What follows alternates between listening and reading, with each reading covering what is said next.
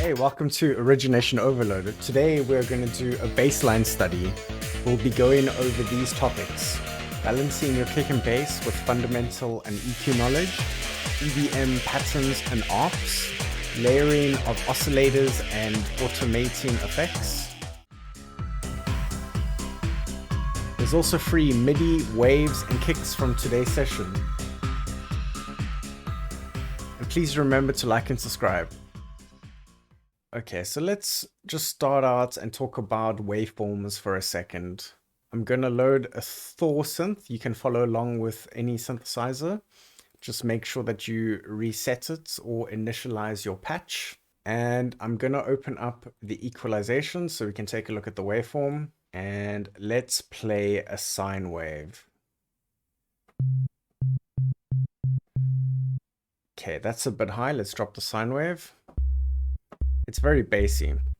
Now let's compare that to a triangle wave. Notice all these other peaks in this waveform.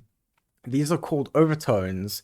You can also think of them as harmonic content. Let's play a square wave. It's even more complicated. And the sawtooth, way more complicated. Now I'm going to play a C1, C2, C3. Let's play them all together.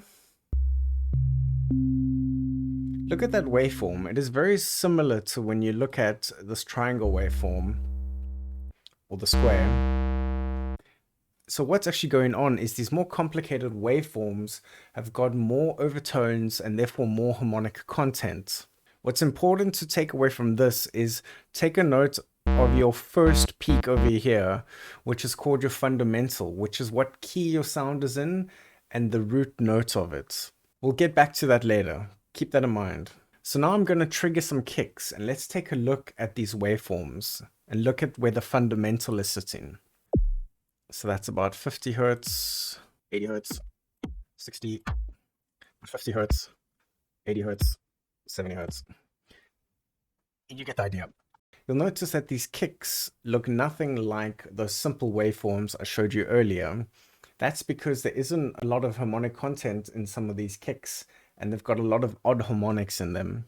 So now that you have a basic understanding of fundamentals and overtones, how can we use that to balance a kick and a bass?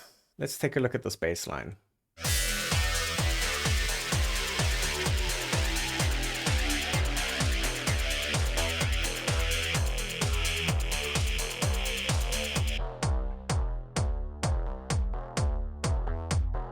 Okay, so if we look at the kick, you can see it's a really big waveform and the fundamental is just over 40 hertz.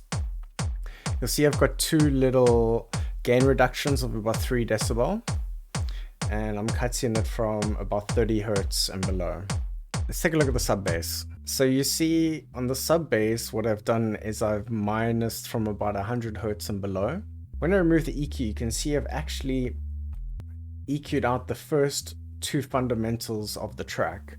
Second one is still coming through a little bit, but it's mostly focusing on the third.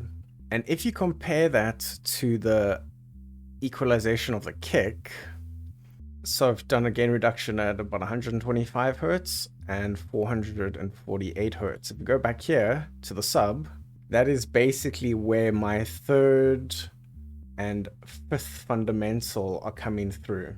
What's also going on here is I've got a layer on top of my kick. And the bass line has got multiple layers.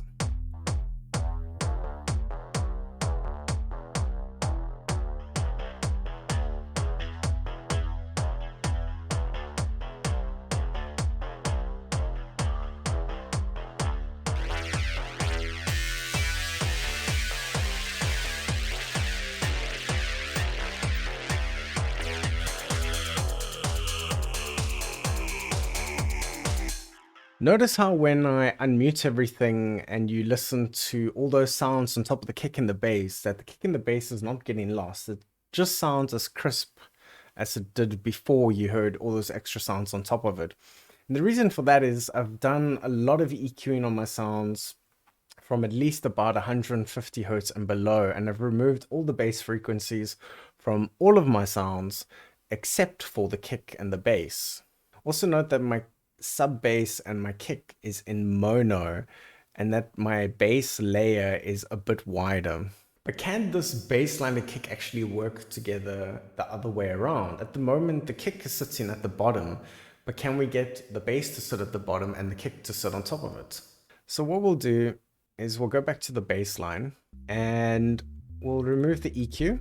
And what we'll do now is we'll try keep the first fundamental and we'll get rid of the second fundamental. You can see as it's changing key, it's going from about 60 hertz all the way to about 80 hertz. Remove a bit from about 30 hertz and below. I'm going to add another EQ on top of this. And I'm going to put the EQ at about 80 hertz and another one.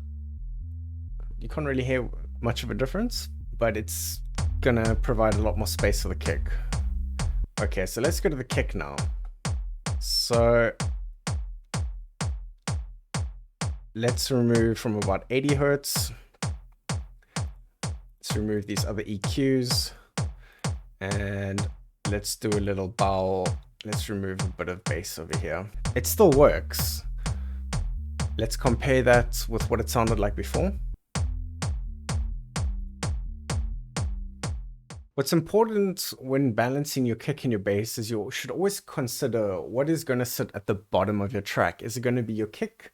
Or is it going to be your bass? I actually recommend keeping your kick at the bottom. It's a lot easier to balance your kick and the bass that way. If you haven't started building your track with a kick, which you know what key it's in, what I recommend is when you're playing your kick and your bass together, try and play with the pitch of your kick to try and make them sit together better. Originally, my kick was sitting too close to my bass, so I actually had to pitch it down quite a bit. You can see the difference it makes. There's the peak, about 60 hertz. And I went down quite a bit. So also take a note of my gain structure that I'm using in this track. My kick is sitting at minus 10 decibels and my sub bass is below that. Normally I would actually have my bass sitting at about 2 decibels below my kick, but in this example, the sub bass is so strong that I had to make it a lot softer. What I recommend is only referencing your kick and your bass later when you've actually built more elements into your song. Therefore, you'll have a better idea of how it sounds compared to other sounds in your song. And when you reference, try to reference your material on as many different sound systems as possible, especially cell phones and systems with not much bass in them. You'll probably find your bass has got no definition and is not coming through. Therefore, you need to focus more on your higher frequencies to get your bass to come through these speakers. Okay, so let's take a look at the bass line of this track. So what's going on is it's hitting an E and it's hitting a C, a D, and an E, the next octave higher. So E, C, D, E. And it's basically got this lower E as a supporting note, and then it's going through these 3 notes. And what it is it's just a sine wave. I'd recommend using your sine waves for sub bass. Triangle waves also work sometimes. And it's got another bass line on top of it, which is playing exactly the same thing. It's just a bit wider. You'll see over here, it's got some width to it. If it was mono, it would sound like this. It sounds a bit more impressive wider.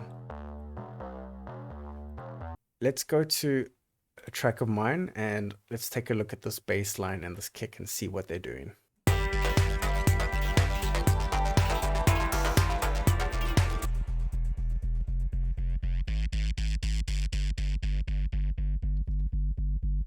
So you see over here, the bassline's fundamental is going from about 40 hertz all the way up to 60 hertz. And the second fundamental is going from about 120 hertz up to 160 hertz. And over here you can see the third fundamental. Let's take a look at the bass drum.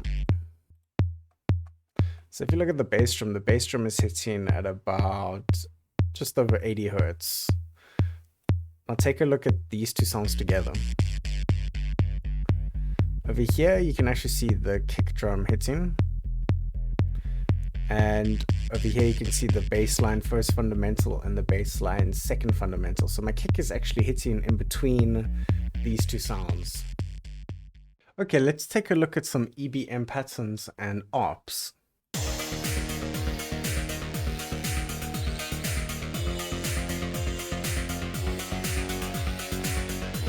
So you'll notice my kick is hitting at -10 and my bass line is just below that. And also note that they're in mono. That's what my bass line looks like. I've EQ'd out the first fundamental. And a little dip over here. And if we go to my kick, you can see I've also dipped a little bit out of the kick to leave space for my bass line. Let's take a compare these two together. So let's take a look at the pattern of this bass line. It's quite long and boring. So I've got this on an ARP. This is what it sounds like. And if we take a look at the ARP, it's on 1/16th, and there's a bit of a pattern here. This is what it would sound like straight.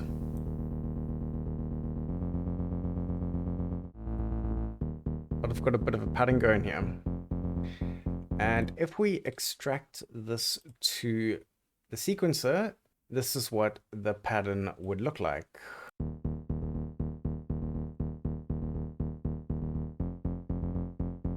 So the song actually uses the same pattern on many different synthesizers. Let's take a look.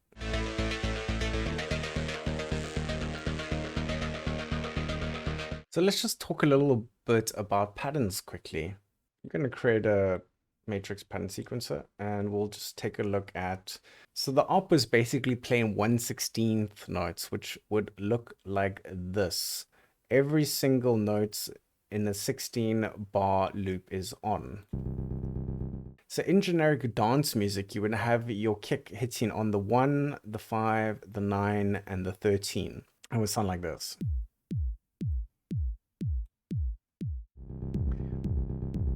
Okay, but that doesn't sound like anything. So let's go through some basic patterns. What a generic house pattern would look like is it would be on the offbeat. So that would be on the 3, 7, 11, and 15.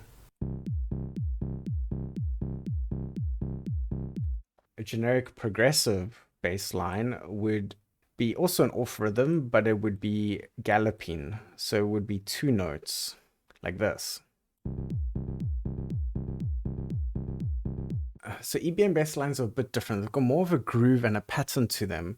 So instead of being even spaces between your keys, it would be a bit more, dare I say, random.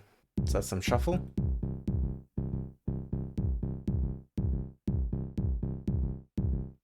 Just randomly put some keys. Normally what's going on with these bass lines is it's at least going over a few different keys.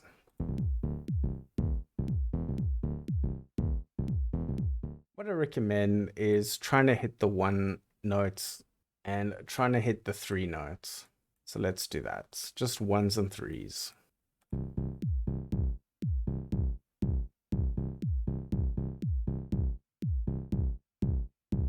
Bit better, a bit more robotic. And now let's go between 2 octaves.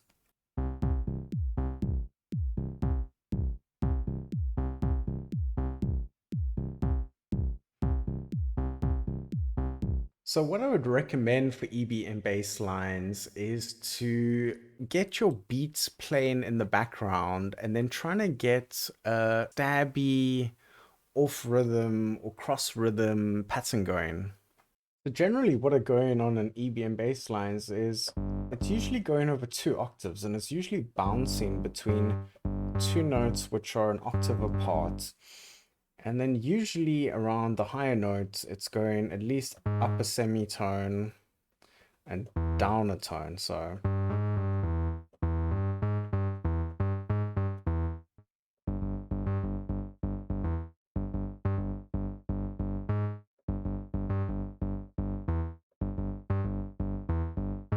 personally, I actually prefer using ops. So let's add an op to this. And you'll see on default, this is what it sounds like. It's on 1 octave, 1/16. We can initiate the pattern and then we can edit the pattern.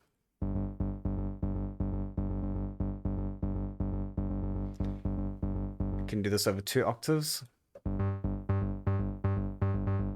3 octaves, drop it an octave.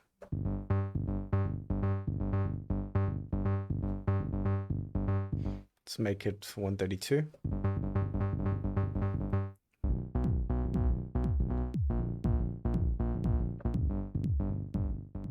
Okay, let's take a look at this basslines pattern.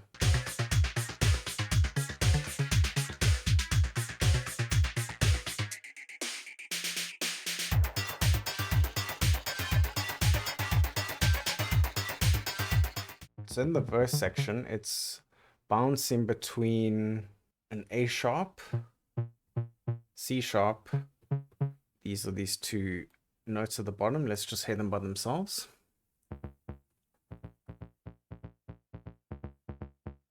So nice and stabby. And then it's got these notes above it, which are hitting G sharp, A sharp, B, C sharp, and a D. And these are what the top notes sound like. So together they're creating quite a nice cross rhythm.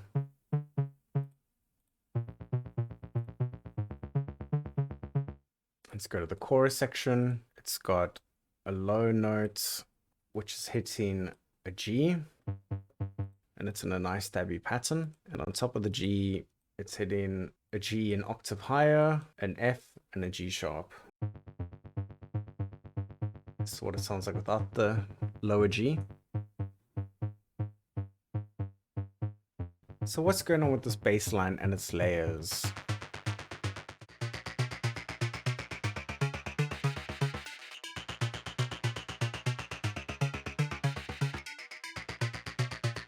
So what's going on with that bass line is that I've got the basic sub-bass bass line, and on top of that, I've duplicated that bass line and I've removed the bass frequencies from it. And on these duplicated layers, I've changed the filters a bit, I've changed the oscillators, I've added either reverb, delay, sometimes phasing, just to give the bass line a bit more life. You can see here how I've cut these bass lines out.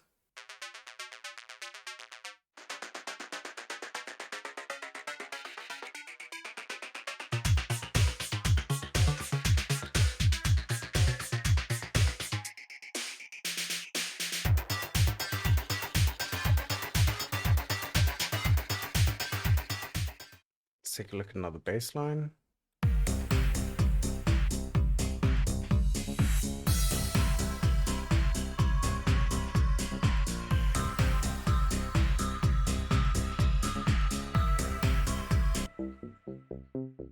Notice this pan to the left, this pan to the right.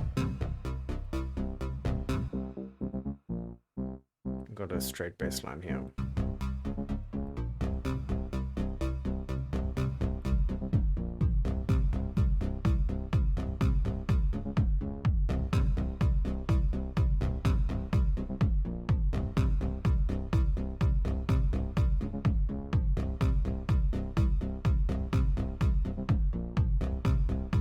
Okay, let's take a look at another bass line.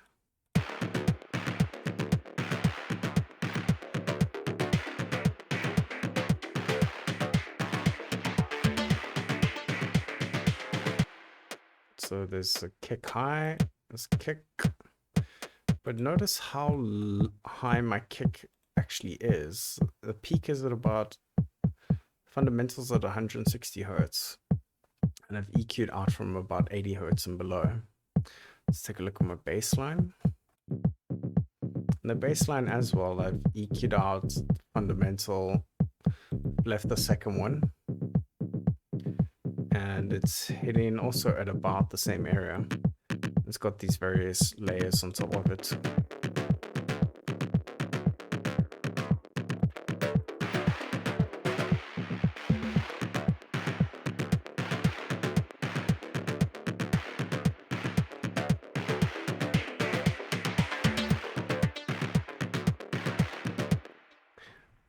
So I'd say a good trick is to split your kick into 2 bits, the bass layer, and layer it with another higher layer, which doesn't have any lows in it.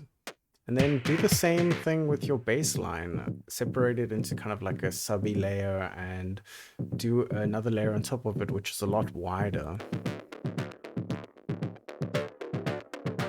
Normally copying the same pattern does the trick, or at least taking that pattern and putting it on an ARP. So let's take a look at this bass line. It's a very simple rolling bass line. And if I remove the distortion,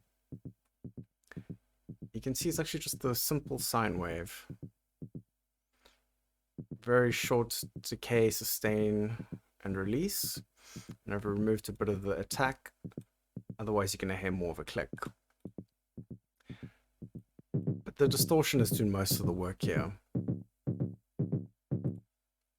Let's just give you an idea of the different kinds of distortions and how they sound. Now you're not going to really hear much of the difference, and the reason because is I've EQ'd out a lot of the high frequencies of this bass line.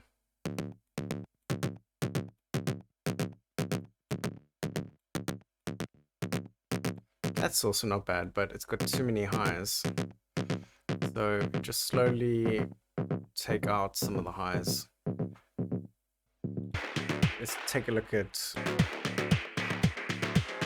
this mid section. Okay, let's remove the distortion and the compression. Okay, let's take off the ARP. And it's a simple sine wave that's been shaped.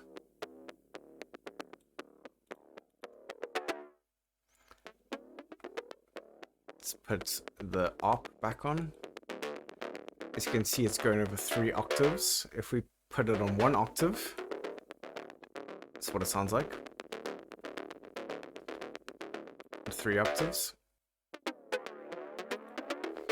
And there's a flanger on it. So listen to this sound as I start to open up the decay.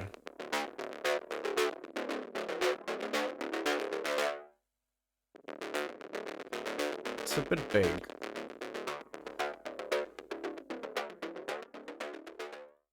Okay, let's take a look at this bass line.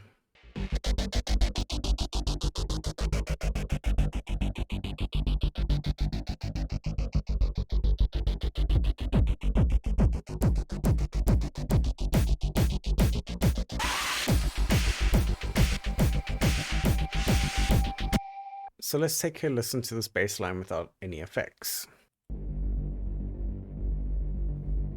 So I've added a compressor which is sidechaining with the kick, and when the kick hits, it's triggering it. You can listen to it. It's got a bit of a pumping effect to it.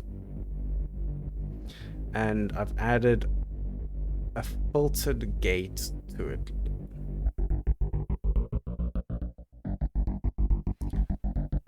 It's got some slight phasing on it.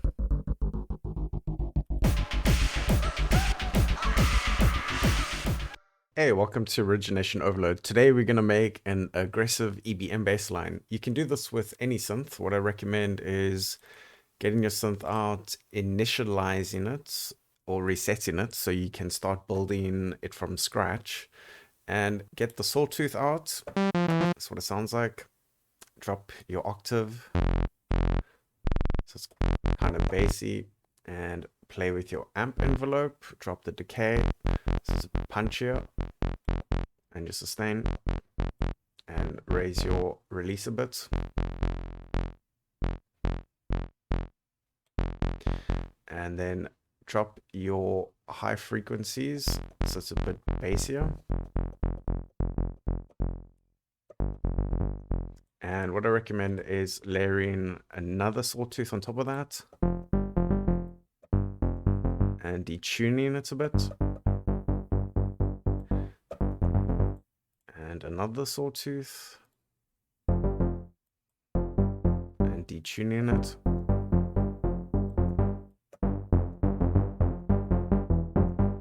Okay, let's add a chorus to this. And we're going to add some distortion.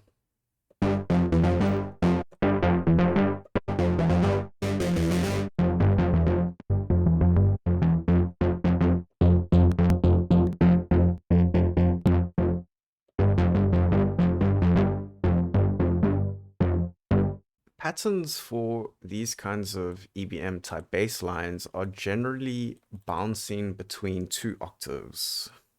So for example, G and a G. So these are 2 Gs over 2 octaves.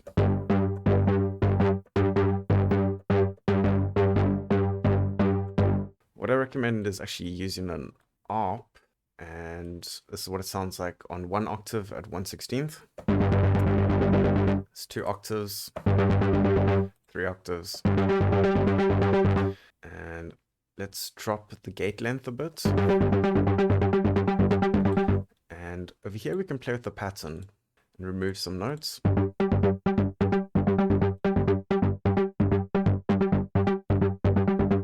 And over here you can also change the way the pattern is played.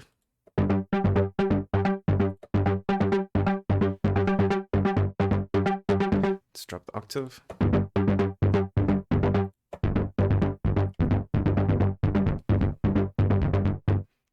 Okay, let's go back to our filter envelope. Let's drop the release, sustain, and the decay.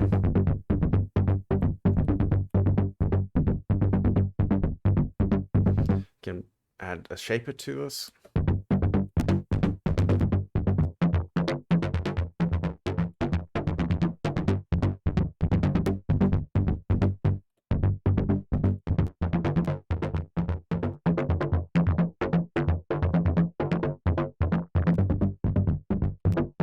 Let's try add a bit of resonance and play with the envelope.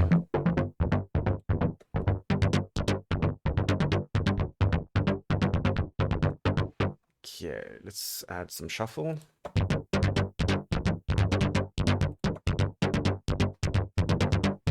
Okay, let's go to EQ and let's remove some high frequencies.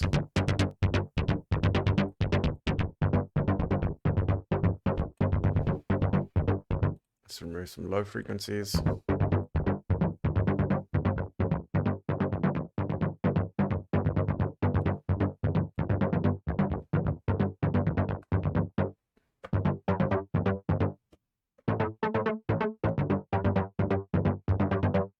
All right, okay, let's add a kick.